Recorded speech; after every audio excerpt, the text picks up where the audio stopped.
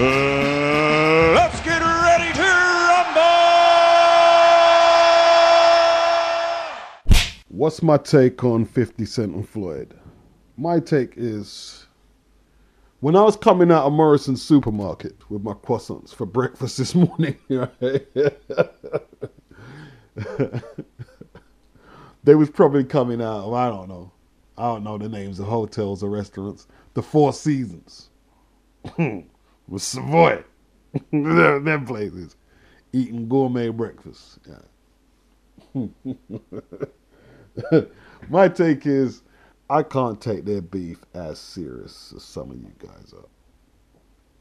Because yes, they're both talented at rap and at boxing, but both men have built large portions of their careers on the back of controversy or controversy. I'm not saying that they're the best of friends contriving all of this, but neither of them are beyond some WWE type promotional stunt shit, right? So, expect them to milk this for all they can. And so they should, because all the videos I've seen so far that you guys are making seem to be about Floyd and 50. So I'm just waiting to see what fights they promote next, or what fight Floyd takes on next if he fights, and see how 50 makes his inroads into the world of boxing promotions. And I'm staying neutral. I'm going to end it and say it like this. You take it how you want to take it. Whether you're G unit or a Flomo, right? I'm going at both the haters.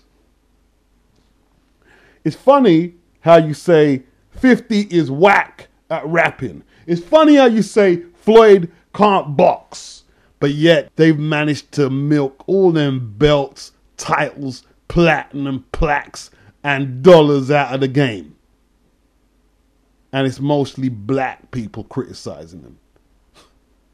How much white people do you know get to the top of their profession, and then you hear white people saying they're whack and they can't rap and they can't box? Black people are fucking retarded. So we have to have a new approach, a new appraisal. And this new appraisal and new approach has to be in tune with the reality of the conditions that we are in after having been thoroughly brainwashed. So we go straight to the panel. Lou DiBella, his favorite Emmanuel Stewart memory is when Thomas Hearns knocked out Duran. But he says picking one memory would be too hard considering how many memories that Emmanuel Stewart left us with. Tony Dodson says the Lennox Lewis and Evander Holyfield fight. When the fight was announced a draw, the look on Stewart's face was amazing. Alan Green, he says the first time when he met Emmanuel was in the US National Finals in 2000, and they spoke for a quarter of an hour or so, and he said he was an amazing man and a good friend. Joe Gallagher says it was the first time when Emmanuel Stewart came to Manchester in 1999, where they spoke and they took a few photos together. The next question is, which Carl Froch fight, world title fight, has impressed you the most? Lou DiBella goes for Arthur Abraham. He's also impressed with the comeback win over Jermaine Taylor. Tony Dodson goes for the Lucy and Bute fight, and he also likes how he came back against Jermaine Taylor. Alan Green goes for Lucy and Bute, and Joe Gallagher goes for Lucy and Bute too, considering that he lost his previous fight against Andre Ward and came back to put on such a class performance. What is your favorite Emmanuel Stewart memory? Memory, probably. Yeah, I think it was probably the Mike Tyson thing. Lennox Lewis and Mike Tyson in the corner, shouting at Lennox Lewis, telling him, "Yeah, get this guy out of here, man. You're wasting your time. This guy's done. This guy's done. He's finished." I think get him out of here before you get hit with some shit yourself. That's what he said, isn't it? Yeah. All right. Which Carl Froch world title fight has impressed you the most? I think, boy, to be honest with you, I think that time when he went against the Canadian guy, what's the guy's name? Pascal? Yeah, Pascal in England. Not In- Lucy and Bute, no? Pardon? No, not the Brute. No. Okay. That one. Because they were both undefeated, and then it was a good fight, man. It was a good backwards and forwards fight. That was impressive to me. All the letters are about Emmanuel Stewart, so I'm just going to read out what the Boxing Users chose as the letter of the week. It's by Graham Pick, Whitley Bay. Can't believe he's gone. Just put the news on and read about the death of Emmanuel Stewart. I can't believe it. I had no idea he was so ill. How ironic he should pass so close to Angelo Dundee's passing. They were the top trainers of my era. Rest in peace. On the tweets, at Audley Harrison, hands up, chin down. Mr. Harrison is going one more round. Despite losing to David Price inside one round, Audley Harrison decides against retiring. I like it. This is what I was saying before. The guy got knocked out in 80 seconds, and the British public said, yeah, we got rid of him. No. It's what I was saying about boxers. Is what most men would have found a total humiliating experience.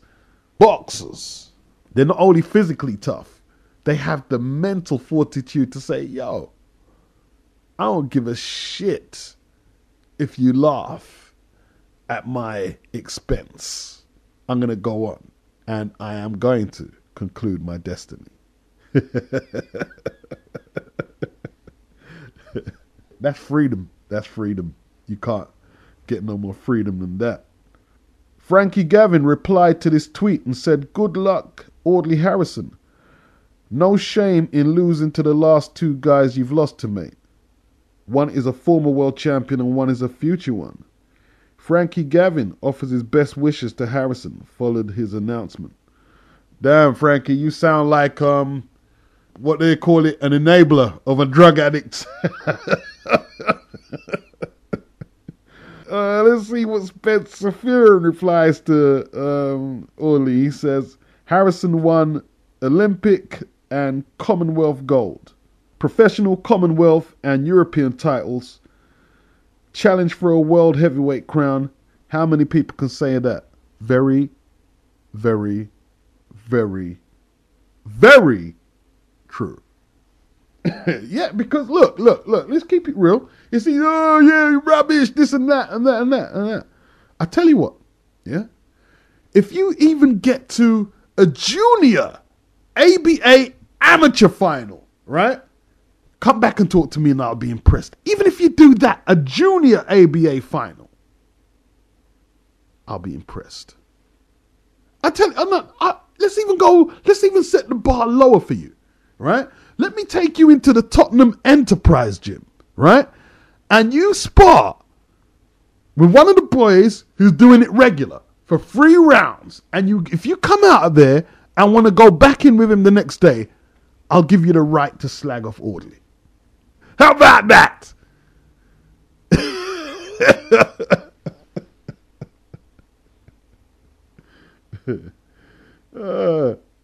Dave Caldwell is not as encouraging as Spencer Fearon or Frankie Gavin, though. He says, Audley, call it a day. You can't achieve more than what you've achieved already, being the former super heavyweight Olympic champion.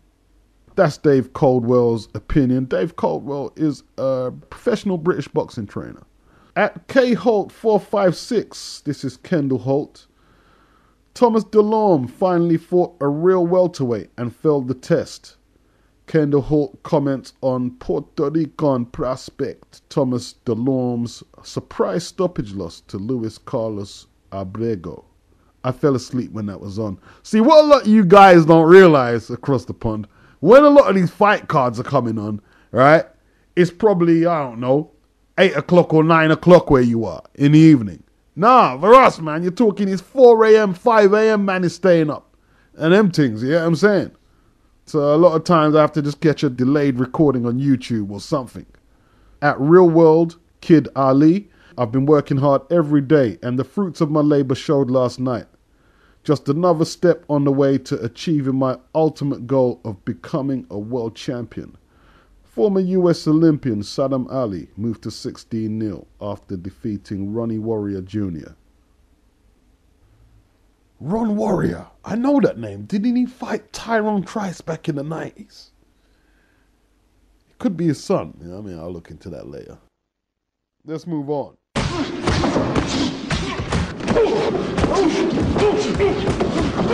Ivan Calderon has retired. What do you think of that? I think it's the right thing to do, you know. His punch resistance gone. He's great for Puerto Rico, man. The most title defenses ever in Puerto Rican history. Beating Phoenix Trinidad. I think it's time for him to retire. Done great things in boxing, man. Great things in boxing. Hopefully he can have a nice, peaceful life after boxing and start another career. Well, he's going to become a trainer. Yeah, well, that's good. He's staying around in the sport, that's all right. He's a good boxer. He's got great defense, man. Head moving, everything. Wicked. Yeah, great guy to watch, like, technically, and his evasiveness. Yeah, for real. Guess Beautiful. what? Former heavyweight king Evander Holyfield, recently turned 50, has spoken of a desire to fight again just weeks after announcing his intention to retire. Well, end of the day, obviously, you might think about it, but he's a soldier, isn't it? He's a soldier. He does a soldier don't want to lay down. You know what I mean? Eventually, even though he called it a day, he don't know what to do with himself. Obviously, that's what he feels he needs to start signing. I think he just needs something where he needs to fill that void of boxing. He can't compete on that level no more, so who knows, man? He can't fight in the ring no more, and he can't fight at elite competition, so...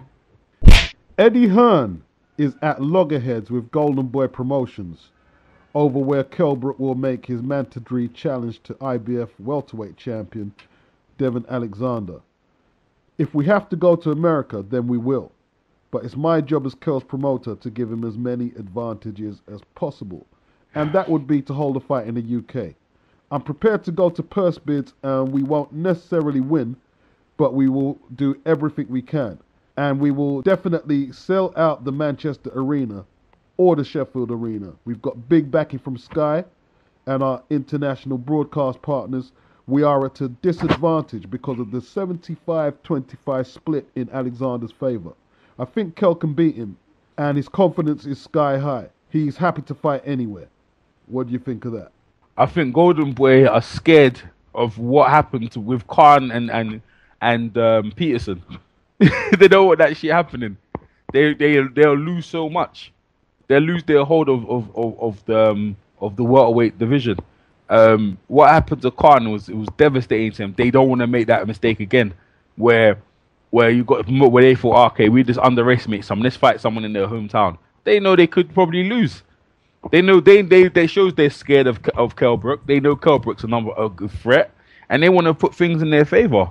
I think Eddie Hearn's doing the right thing. He look at that, how much big 25-75 split. That's massive. He's already got the bulk of the money. If they gave him that much of a split, right? Eddie Hearn must be that confident that Kell Brook's definitely going to beat him, and because they want it in Kell's hometown. That's a massive split, though, isn't it? It's a massive split for them to do that. This is what I'm saying to you. So they put the pressure on Golden Boy, and Golden Boy turned pussy. They don't want to do that. Wow. Of course, they want to keep it in Las Vegas. They want to keep it in Vegas and try and make the most excuses. Because they didn't think on their favor, and I don't think they have to make that fight. Why things are going to get stripped? The WBO has named Nonito Donaire as their fighter of the year, and Manny Pacquiao. Yep, I got no problem with that. WBC done quite a lot of things. I don't know what else in the WBC have done alright. I mean, Danny Garcia done alright. I'm not sure if they've written it. It seems like he might be joint fighter of the year with Manny Pacquiao. I don't know why Manny Pacquiao he was WBO. What's he Manny Pacquiao? He's not even in the WBC. When's the last time he had a WBC belt? That's a good point. What the hell are they doing, mate? They're doing that to just try and make it seem like Manny Pacquiao. They're trying to say Manny Pacquiao come on board because he makes them a lot of money. Pussies, man. The next person would be Danny Garcia. Eucurus Gamboa is looking to make a return in December against Miguel Beltran. You looking forward to that? Yeah, it should be a good fight, man. That should be a good fight. About time that guy fights. He hasn't fought for a while, man. It's been a minute, hasn't it? Yeah, it is, man. Been a minute because I think he was supposed to be starting with the Floyd thing. That whole thing left, you know what I mean? It's just messing him around, messed the poor guy around. Damn, this guy is a British fighter. Sid Razak is expected to appeal the decision by the Midlands Area Council, who are going to withdraw his boxing license. The 39-year-old from Birmingham has lost 22 of 23 fights this year, and it's not the first time he has been called before the board. He has recently spoke of a desire to take the sport serious. His record is... What do you think his record is, Errol? Check his record, rude boy.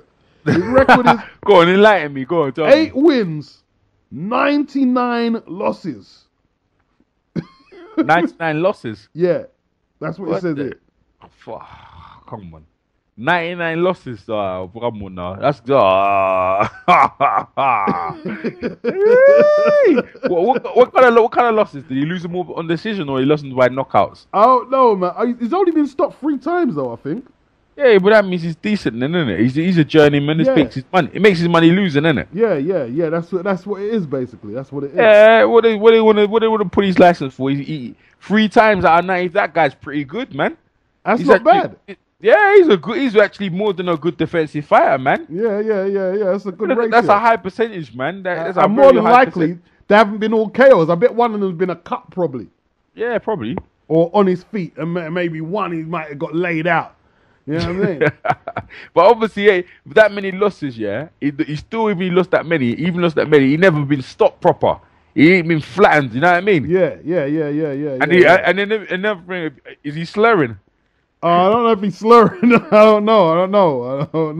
You know what? I see them Nobby Styles fighters, yeah. None of them, yeah. Their defenses is so sick. All of them just stay. They can still talk and everything and do whatever. Yeah. I mean, so, they can still don't know what they're going to take the man's license for. Let the man earn his money, man. What do you know about Dennis Boystov? That's he's a German fighter. Russian. He's fighting Fury. You know I don't call him. You know what I mean? He's fighting Fury. I don't know nothing about him. Okay. Well, if you don't know nothing about him and I had to ask you about him and I don't know nothing about him, what does that tell us? Tell us that he's no one and no one. But I heard certain people do know about him. I heard he's an undefeated fighter. I heard that. And heard he's decent. He's a decent level for Tyson Fury. Okay. I heard in the boxing circles, I heard he's a decent step up. From what I've heard.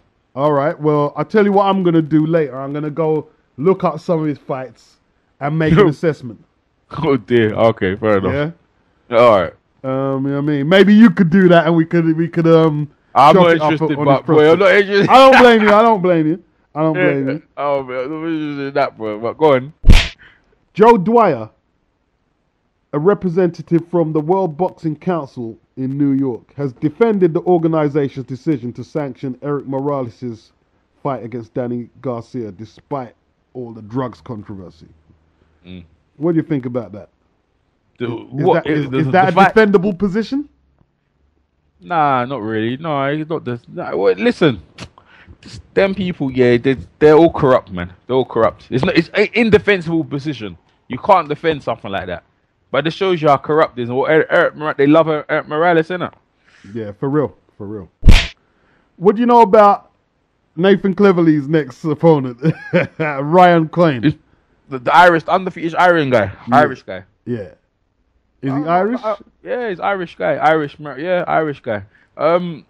He's undefeated, but he's a strong fighter. Nothing else more. He's a club fighter, club circuit fighter. I think he's fought on Friday night fights, but nothing more than that. He's just gonna be a strong, credible opponent. Fairly credible. Barely credible. So good enough for a world title defense though? No. He shouldn't even get a shot. It just shows you he shouldn't even get a shot at the belt, man. If he knocks out Cleverly, he'll use that to springboard him onto this world scene. Cleverly's trying to use this to springboard him out, yeah. But boy, it could be backfire. You better mind out. The guy Cleverly was trying to fight before that was vetoed because he did not even feature in the WBO's top 15. Exactly. Exactly. They just want some guy they can roll over, man. Just want some guy they can just roll over. It's just terrible, man. Scott Harrison What do you think of it? He's coming back. Yeah, he needs to get out of his system. Yeah. He's got fire in his belly. He's been put down. He wants to get out of his system. He wants a big fight. He was a world champion in WBO, even though the WBO right now credibility has gone right down in my estimation. The WBO to me doesn't mean anything right now. After the fighter of the decade belt, like it don't mean nothing no more. Don't mean nothing no more. Even if you call him a 2-time world champion. Yeah. But really and truly, against Wadena, you're supposed to beat someone like that. You lost against him. Know what I mean? But anyway, on Scott Harrison, talk about that. He needs to get out of his system. I don't mind him making a comeback, you know? Yeah, he's fighting John Simpson. He's quite an aggressive fighter, from what I know. Yeah, I ain't got no problem. I ain't got no problem with him doing his thing, man. I ain't got no problem with I saw him last time out, and the guy he was fighting was using some sort of footwork. He didn't have much offense, but he he exposed him. Well, he's always been exposable. Wadena exposed him a long time ago. Yeah. He's a plodder, straightforward fighter. Like he wants to slug with you, but he's chin resistance and everything, and he's easy to swell up as well. He's got heart and everything like that, but you know, it's just styles make fights. No one wants to fight him. It's not worth it. Do you know anything about, or are you interested in Vitaly Klitschko's political career, or should I just move on? Yeah, he came third in the polls, innit? Yeah. He came third in the polls, which is fairly decent, but he's going to be in parliament. He's going to be inducted into the parliament. And he feels like he's going to do certain things for his country, which is a good thing. You know what I mean? Think of any other boxers who've been up in the rankings for a presidential or a prime ministerial position? I can't think of any others. I'll tell you what, mate. They might beat him in words, but if they run their mouth, mate, man, meet him in the corridor, they think twice, blood. Man might shake up the house, shake things over there. So check this one then. Yeah. Freddie Flintoff is going to box as a heavyweight on November the 30th. I can't see no opponent there. Who's this? As a footballer? No, he's a cricketer. I'm not interested in that. But go on anyway. I'm not interested in that. I'm not interested in that, guys. So wait, it's just what is it? Whatever. I don't know what he's trying to. It's like certain thing like who's the fighter? Who's the fighter? The actor you done thingy. What's his name again? Mickey Rourke. Yeah. Just trying to you know what I mean? Just you're not gonna do anything with it. If all that's gonna happen is your face is gonna get flattened and turn into mud. Certain people, I don't know why you'd want to do that, mate. You're good. You're getting nice money as a cricketer. Going here, going to Caribbean, going to India. Yeah, you want to sit in there and make someone paralyze your face, put yourself in harm's way. You know what I mean? Eventually, you're gonna have to step up by credible opposition. Yeah, you're gonna get hurt, bro. No doubt. You get hurt, but gonna get hurt. You know what I mean? Man can't take you seriously. But if he proves himself, then boy, we can all be wrong. But I don't know why he's doing it. Deontay Wilder, he worked with Audley Harrison before he fought David Price. He said Audley looked really good in the training camp. He had a few more things to work on, but his last session was his best. I explained to him that he couldn't sit back and wait like he usually does, and that he had to let his hands go and take some risks to win. He understood, but he didn't do it. Yeah, but he's going to say that, innit? He's not going to say something bad against him. Audley paid the money. Didn't Audley pay him money to be a sparring partner? Well, maybe they had just helped each other. Yeah, but Audley was paying him to be a sparring. No, I didn't just help. Audley was paying for him. If someone's paying my bills, I'm not going to say anything bad about him. Yeah, that's it, I suppose. Sparring partner, they're going to say nothing. Say nothing but credible things. Matt Skelton plans a world-class performance to rip the British and Commonwealth heavyweight titles away from David Price this month. At the age of 45, Skelton aims to replace Dennis Andrews, who is 41, as the oldest boxer to win a British title when he meets Price in Liverpool later this month. He's dreaming. He's going to get flattened out, ironed out on his back, mate, nicely. No chance at all, no? Pardon? No chance at all. No shot, no way, no how, nothing going in. The moment he gets in there with a man with longer reach and you can't bear hug him, he's going to get seriously hurt, man. What if he can take David Price into the sixth round? That's not happening, bro. But Sam Sexton got into the fifth round. Nah. This is not happening, bro. Nah, he's going to get hurt, man. I got arms like octopus. You have to get in there first. And his reach is way... he considerable reach is much smaller. He's just gonna get. He can move. His style is just to move forward. He's tailor made. Yeah, tailor made for Price. Price has got decent footwork. He just slides left and right. Yeah, and he's catching with right hands. And when he starts dizzying him, he's just gonna kill him. When he starts tasting leather and he can't hit someone, he's gonna get hurt real bad. Now, that'd be lucky that gets out the first round, mate. I tell you that, mate. Okay. That's a rollover fight. That's gonna roll him over. Just roll that guy over. You know what I mean? He's not a bum, but it's long, man. It's long. The reason why didn't he lose against Rogan? I think he did. Yeah, he did. Rogan exactly. Rogan longer reach and is a bit more rugged than him. Yeah, and look, it's long, man. It's long, bro. It's a payday for him. It's a payday for him, but boy, it's just gonna go the same way as Audley on your back, man. Out. So, do you think it's a bad matchup by the matchmakers? Well, no, not really. It's just, look, end of the day, it could be, if you want to start speculating and say what he could and this and that, but realistically, look at, how long's the last time he's fought? What's he done before? He's going to get knocked out, man. It's just a waste of time. Yeah, so, but if you're saying that, and I agree with you. The reason I asked them questions, I agree with you. So, by saying that, it's a bad matchup, isn't it? Yeah, what I mean by a bad matchup, right? It's the matchup where guys is like completely gonna get killed. You go, no, it brings interest because Matt Skelton's a name. Okay. But that's about it. You know what I mean? It brings interest. It wouldn't say it was a bad matchup. It just brings interest. But he's gonna get rolled over because you'd want to watch it rather than fighting some guy you don't know about. Have you seen anything of Kareem Mayfield before? No. I think maybe, but I can't really talk on it. He fought last week. He won on points, and a lot of people try to criticize him, but I thought he performed well. Like the guy was just taking shot after that, man. I don't know. And the guy was complaining he lost, and he was using his head to block the punches from hitting the air. You know what I'm saying? You know what I'm saying? The guy was trying to protect the air, and then complaining he lost after. Cassius Boloyi, he's still fighting, but I like Cassius Boloyi. I like him, man. I remember when he gets pulled in Philip Ndu in South Africa. I like him, man. Well, he took a beating here because he's quite old now. He's 37. Yeah. Malcolm Klassen gave him a beating, apparently. That's what happens, man. That's what happens when a lot of guys stay in there a long time. We all know what can happen. But of course. Yeah. In this current climate, he probably won't retire. That's the game. Rocky Suarez, still a fight still. He's still fighting. Yeah.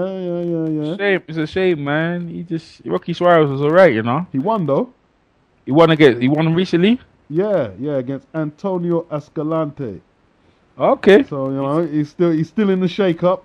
Our boy DeMarcus Corley, he was outscored last week by Victor Postol. By what were the scores? Boy, he was comprehensively beaten. 117 to 1112. And 118, 110 twice.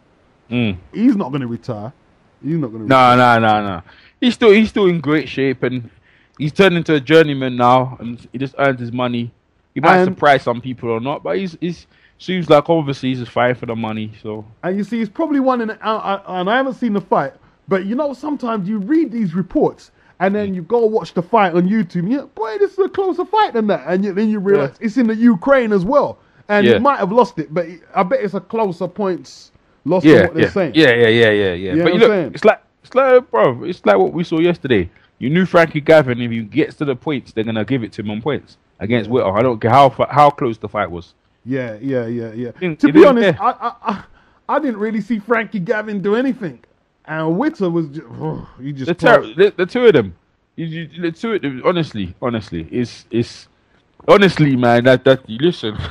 I don't see Frankie Gavin as a world class fighter. That guy's name again. You mention that guy's name again, and you're off. If he ain't fighting no one of you heard or no credible guy, you can't watch that guy again, man. I don't see Frankie Gavin as a world class fighter. No, that's right. That's it. No, I don't see it. No way.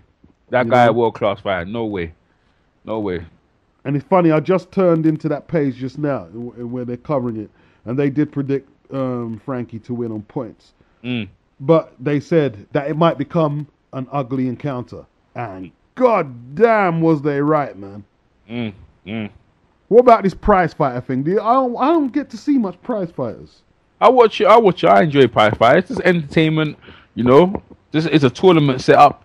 No one really gets hurt. This is entertaining for the fans. You can make a bit of money. It's all around good day for boxing, man. You get action, knockouts, everything. The reason I don't get to see him because I ain't got Sky, but they've got a light middleweight one. They've got Craig McEwen in there, Chris Carslaw, Terry Carruthers, Larry Ekondeo. Wasn't we trying to link? Was that the guy we was trying to link the other day? Which one? Yeah. That's the guy. Yeah, it's him. Yeah, he's in there. They've got someone named Navid Manzouri, Curtis Valentine, Ryan Toms. That's who our boy beat, Eric. He's in it. Peter Vaughan. I'm going to watch this one. I'm going to watch the whole of it. You know what I mean? Yeah. And obviously we got our boy Lucien Boutte back in action. I don't know anything about who he's fighting. But he'll win by knockout. Yeah. He's obviously... They're not going to put him in. They're going to give him a patty cake. Carl thinks he's a pussy, though. Who's that, Frotch? Yeah, he thinks he's a pussy. He don't think Boutte wants it after... Carl's I'm not gonna give him for a lot of respect. He's looking to give up that belt he's got and try and chase Andre Wood. He's actually very serious about it. He's actually looking to give up the IBF belt and go chase Wood. You see what I mean? That's what I'm saying, man. People come and try to attack the racist shit about Frotch. I actually met the guy. I actually like the guy. I actually think he's a good fighter. But if I point out something real, I'm pointing out something real. You know what I mean? Like, he shouldn't try to downplay other fighters who have beaten him convincingly his achievements. That's all I'm saying. But he's a 2-3-time world champ. Frotch is he's the best. I've said it many times. He's the best British fighter. He's probably the best fighter in Europe. You know what I mean? Are there any better British fighters in Europe than Frotch? I can't really think of any. Nah, I can't really think. Off the top of my head, I can't think of any. Guy's gone in. The guy, you know what I mean? He's actually ready to rumble. All right, this is the reader's poll. With whom did Emmanuel Stewart do his finest work? Klitschko got 27% of the vote. Hearns got 24%. Lennox Lewis got 18%. Dennis Andrews got 14%. Miguel Cotto got 14%. Evander Holyfield got 3%. And Michael Mora got 2%. In my opinion. Yeah. Hearns. I don't know how did Klitschko beat Hearns? What? Klitschko's on top, 27%. It's obviously recent. People don't know, but it's a young people in it. It's a young crowd, man. They're young, so they don't remember. They don't remember Hearns, man. Obviously, it's Hearns, isn't it? It's Hearns. The man took him from amateur. I'm an amateur, but he couldn't even throw punches, man. When he had no pop. Yeah. It's from Hearns, scratch, man. From the jump, from amateur, and right to the end of his career. When Hearns had nothing left. Hearns, bro. Yeah, it's scary, man, because these guys come into boxing, they don't do any research. This new school fighters, they don't know nothing, man. They don't know nothing. All new people, they don't know nothing. I wouldn't even. It's obvious. Anyone who knows anything, it'd be Hearns, isn't it? It's obvious. Yeah, ridiculous. Totally ridiculous. With a right, left, you're toothless. And then you say, God damn, they ruthless. You hear that song? I got car money, fresh start money. Listen up. I want art money. I've been out of the business for too long. I've been taking care of business on the streets with the youths. Now I'm gonna show you something. 43. I'm coming back. Cruiserweights. Look out for me. Don't get it twisted.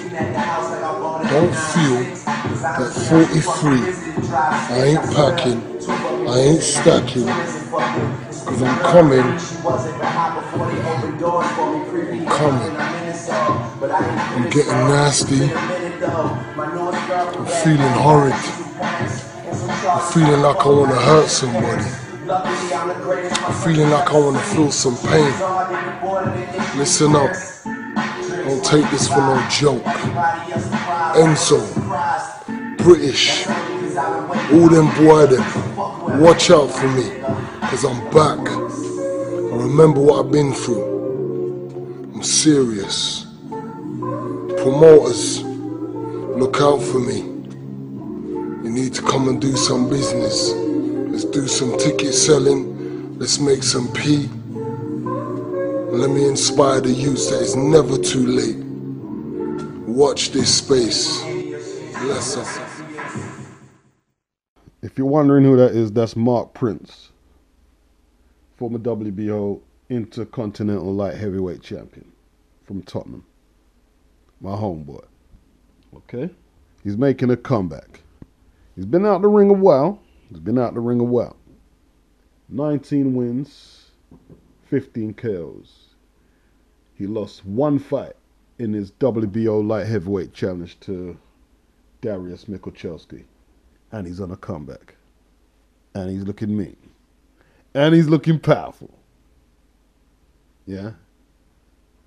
He's punching harder than when he was last in the ring. And that's a scary thought. Right? So Enzo Macronelli, if you're still champion after tonight,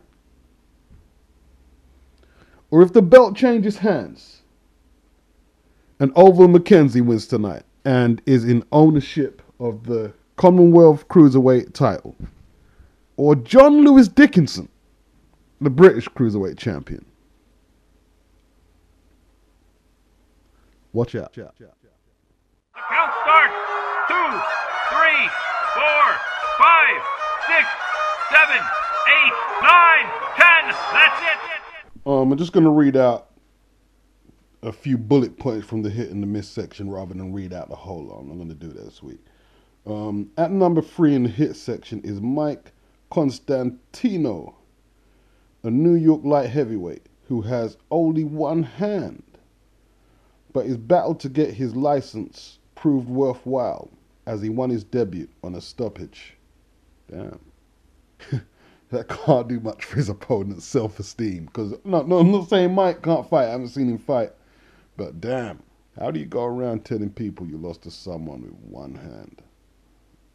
And at the bottom of the miss parade is Nathan Cleverly, the Welsh WBO light heavyweight champion, flew off to the USA not knowing who his opponent will be for his November the 10th date there. Now, this is why I'm going to go in on Frank Warren again. Frank Warren made this big kafar going back and forth with Eddie Hearn, talking about he's trying to make these matches with Carl Froch, and then he's calling out Bernard Hopkins. Now, here's the real truth, yeah? Frank's been an established promoter for many of a year now. If you was really trying to get a big fight for your fighter, here's the bottom line. This wouldn't have happened. And you would have said, well, I don't know what's happened to Ryan Coyne. Just earlier in the paper, it said it was Ryan Coyne, and now they're saying they haven't got an opponent. That doesn't sound like you were struggling to... That just doesn't sound like Frank was trying as hard as he was saying to secure a big fight with somebody. Or this wouldn't be happening.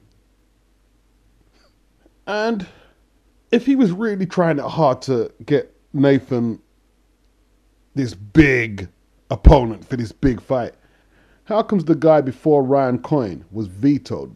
Because he wasn't even in the top 15 in the WBO's light heavyweights.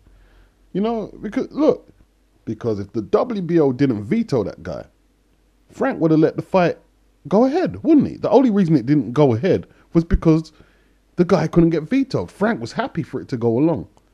That doesn't sound like somebody trying to secure a big fight. Somebody who's not even vetoed by the body who your champion holds a belt for? Come on, Frank. Come on, son. Big up Larry Akindayu. He just won the prize fighter, stopping Terry Carruthers in the third round with a brilliant display. The final right hand that stopped the bout was just nice work. And Terry Carruthers was no patty cake. He took Chris Eubanks Jr. the distance and gave him a very tough fight. And Larry handled him relatively easily. And Larry takes away £34,000 in prize money, which is nothing to sniff at. And hopefully in the next few days, Errol Jarrett should be able to secure an interview with Larry. And we'll be talking about his success in this prize fighter, amongst other things. So let's get on with the boxing news review. The count starts. 2, 3, 4, 5, 6, 7, 8, 9, 10. That's it. The 10 count this week is titled Manny's Masterpieces. Daniel Herbert picks out some of Emanuel Stewart's top training successes. At number 1, and rightly so, is Thomas Hearns. They enjoyed a father-son relationship, with Stewart being fonder of Tommy than any of his other fighters. Manny took him from a lanky, non-punching amateur into a big-hitting, multiple-weight world champion. At number 2 is Vladimir Klitschko. Before Manny tightened up Vladimir's defenses and started making him make the most of his reach and height advantages, Vladimir had been stopped or KO'd twice before. At number 3, Hill McKenty. Tommy Hearns was not Stewart's first world pro champion. That was this stylish and underrated boxer who held the WBA lightweight belt from March 1980 to April 1981. At number 4 is Lennox Lewis. Stewart was in Oliver McCall's corner when he flattened Lennox Lewis in 1994. So Lennox hired Emanuel Stewart and was transformed from a raw, lunging fighter into a smooth fighting machine that dominated the heavyweight division. At number 5 is Steve and Milton McCrory. Pure through and through Kronk products. Between them, they held the WBC welterweight championship. From 1983 to 1985, that was Milton. And his brother Steve won the Olympic flyweight gold medal in 1984. At number 6 is Dennis Andries, a strong but very limited brawler. Before Dennis's loss to Tommy Hearns, when he lost his WBA light heavyweight championship, I believe that was, that prompted Dennis to relocate to Detroit, and under Manny's guidance, he went on to hold the WBC 12 stone 7 pounds belt twice more. At number 7 is Evander Holyfield.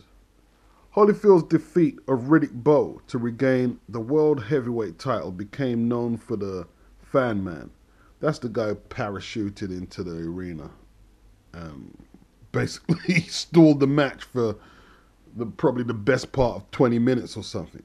Evander put his victory down to switching trainers from George Benton to Stewart. At number 8, Aaron Pryor. The Hawk brought in Emanuel Stewart 2 weeks before his 1983 return with Alexis Arguello after falling out with Richie Giacchetti. Pryor KO'd Arguello in 10 rounds. At number 9, Oscar De La Hoya. The Golden Boy went through numerous trainers. But when Stewart did the job in 1997, there were no defeats. And at number 10 is Mickey Goodwin. This middleweight from the working class Melvindale suburb shocked everybody when he walked into the crunk. He was white. Stewart was impressed by his moxie and turned a limited brawler into a 10-round fighter. Well, I've never heard of Mickey Goodwin, Whatever. And with that, we end another boxing news. Peace out.